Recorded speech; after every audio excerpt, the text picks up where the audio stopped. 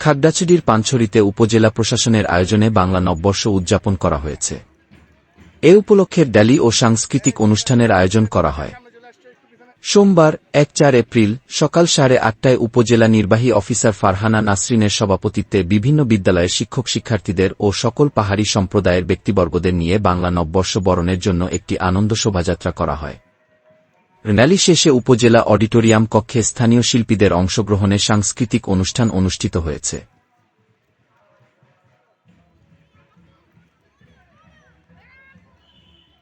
অনুষ্ঠান শেষে পান্তা ইলিশ এর আয়োজন করা হয়।